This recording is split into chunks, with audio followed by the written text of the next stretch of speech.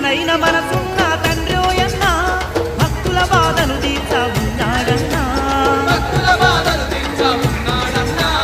కోనేటి రాయుణ్ణి చూడాలన్నా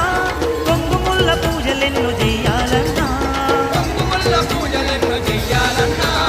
భక్తులగా చేతంది ఏడు కొండలెక్కన్నా సిరి సంపదలిచ్చేటి సిరిగల్ల సీనయ్య ఆడుదాం